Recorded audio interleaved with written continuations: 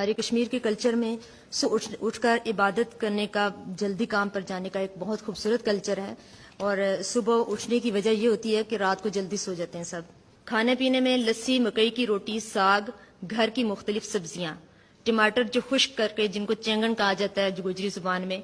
اور خشک سبزیاں جو پھلوں کی صورت بھی خشک کر کے رکھی جاتی ہیں، ان کو جب سردی کا موسم آتا ہے تو اس وقت پکایا جاتا ہے۔ کڑان کا ساگ ہے جو لسی کو خشک کر کے اس کو رکھا جاتا ہے اور اس کے بعد اس کو پکایا جاتا ہے۔ کنجی کا ایک ساگ ہے، بہت ڈھوکوں سے ملتا ہے وہ۔ اور چٹنیوں میں اخروٹ کی چٹنی ہے، داڑو کی چٹنی ہے، جیسے چھوٹے انار ہوتے ہیں، شہر میں انار ملتے ہیں لیکن انہی کی شکل کے ایک چھوٹے چھوٹے گاؤں میں لگتے ہیں، ایک مختلف درختوں پہ، ان کے ساتھ ان کے دانے نکال کے ان کی چٹنی بنائی جاتی ہے۔ اور ٹمبر ایک ایسا درخت ہے جس کے جو کانٹے دار درخت ہوتا ہے، اور اس کی مسواک بھی بنائی جاتی ہے، اور اس کے چھوٹے چھوٹے بیڈز کی طرح دانے بنے ہوتے ہیں، ان کو اتار کر چٹنی میں مکس کیا جاتا ہے پیس کر۔ اور پودینے کی چٹنیاں اور ٹماٹر کو گرینڈ کر کے یا پیس کے ٹماٹر کی چٹنی بنائی جاتی ہے۔ اور شادی بیاہ میں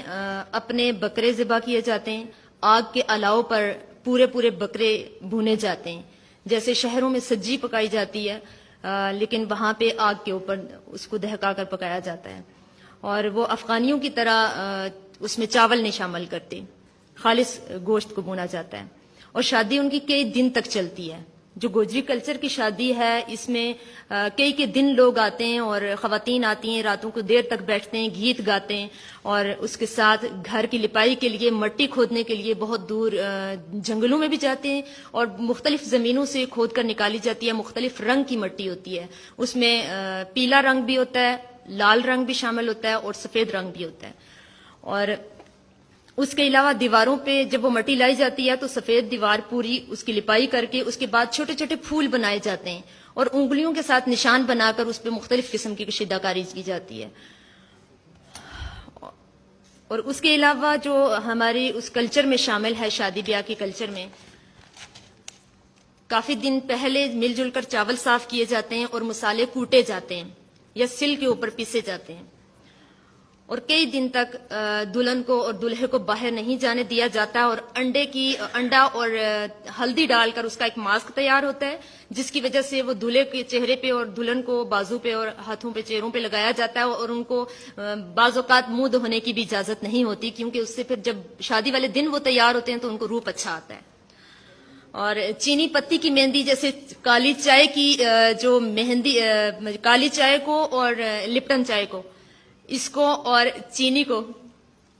چینی کو مکس کر کے ایک ڈبے میں، گھی والے ایک خالی ڈبے میں رکھ کے بیچ میں ایک پیالہ رکھا جاتا ہے مٹی کا، اور اس کو اوپر سے آٹا لگا کے سائیڈوں سے بالکل بند کر دیا جاتا ہے۔ اس سے ایک اچھے کلر کی ایک مہندی تیار ہوتی ہے، جس سے وہ خواتین ساری لگاتی ہیں اور دلہن بھی، اور کئی دن تک اس کے ہاتھوں سے وہ اس کا کلر اترتا نہیں۔ اور بارات کے آتے ہوئے جو بارات کے آنے کا وقت ہوتا ہے تو گاؤں میں دیکھا جاتا ہے کہ آس پاس کے سارے لوگ جمع ہوتے ہیں، کوئی اپنے زمینوں پہ کھڑا ہوتا ہے، کوئی اپنے کھیت میں ہوتا ہے، کوئی اپنے گھروں کی چھتوں پہ ہوتا ہے، لیکن ہر ایک بارات کے آنے کا انتظار کر رہا ہوتا ہے، اور بڑے شوق اور ذوق کے ساتھ بارات کا ویلکم کرتے ہیں اور اس کو دیکھتے ہیں۔ اور گھڑولی بننے کی بھی ایک رسم ہے وہاں پہ، دولہے کی بہنیں اور جو دلہن کی دوست ڈالی جاتی ہے لڑکی، وہ سارے مل کے جاتے ہیں اور پانی بھر کر دور سے لاتے ہیں، کسی چشمے سے، ڈلے سے، کسی ناڑے سے پانی بھرا جاتا ہے۔ اور دولہے کے منہ کے آگے رومال رکھنا ایک خوبصورت رسم ہے، کیونکہ وہ اس سے اس کے حیا کا تقاضا ہے کہ اس کو کوئی دیکھے نہ اس کی دلہن کے سوا۔ اور دلہن کو ڈولی میں لے کر جایا جاتا ہے، مطلب 2 یا 3 4 بندے ہوں گے، وہ ڈولی میں لے کے جائیں گے، اس کو کوئی بھی نہیں دیکھ سکتا۔ اور مزے کی بات یہ ہے کہ دلہن کو کئی دن دلہا بھی نہیں دیکھتا، اور اس کو وہ چہرہ جو ہے وہ اس کو کھینچ کر، یہ بڑی خوبصورت رسم ہے، اور آج کل وہ چیز نہیں ہے۔ اور دلہن وہ مطلب جتنی بار بھی کوئی اگر آ جائے گا تو وہ پلو اوپر کر لے گی۔ اور اس کے علاوہ ہمارے جو ہیں گوجری کی ٹوپی، جو ماشاءاللہ سے بہت اہمیت کی حامل ہے، یہ میں نے اس وقت پہنی ہوئی ہے، جو اس کی خوبصورتی یہ ہے، اس کی کوالٹی یہ ہے کہ یہ سردیوں میں بھی کام آتی ہے اور گرمیوں میں بھی۔ اور سب سے بڑی بات یہ کہ ہماری نانیاں دادیاں کبھی سر ننگا نہیں کرتی تھیں، اور وہی بات ہے کہ ان کی آخرت کے حساب سے بھی ان کے لیے اچھا رہا وہ۔ اور یہ ماشاءاللہ سے ہمارے مذہب، ہمارے دین کے حوالے سے بھی ایک بڑی خوبصورت چیز ہے کہ اب کوئی آ جاتا تھا تو اس کو دوپٹہ ڈھونڈنے کی ضرورت محسوس نہیں ہوتی تھی۔ اور اس کے بعد خواتین کا جو لباس ہے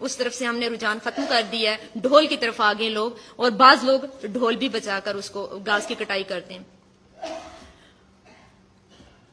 اچھا, اس کے علاوہ ہم جب پانی بھرنے کے لیے جاتے ہیں, مٹکے یا گاگرے اٹھا کے لے کے جاتے ہیں, تو ہماری اس میں ننگے سر پہ نہیں رکھتے, اس کے لیے کپڑے کے بنے ہوئے ایک یا گھاس, اندر گھاس کو رول کر کے اس کے اوپر کپڑا چڑھا کے ایک اینو نما چھوٹی سی ایک چیز ہوتی ہے, اس کو اینو ہی کہا جاتا ہے. اب میں بھی اردو میں اس کو کیا کہتے ہیں,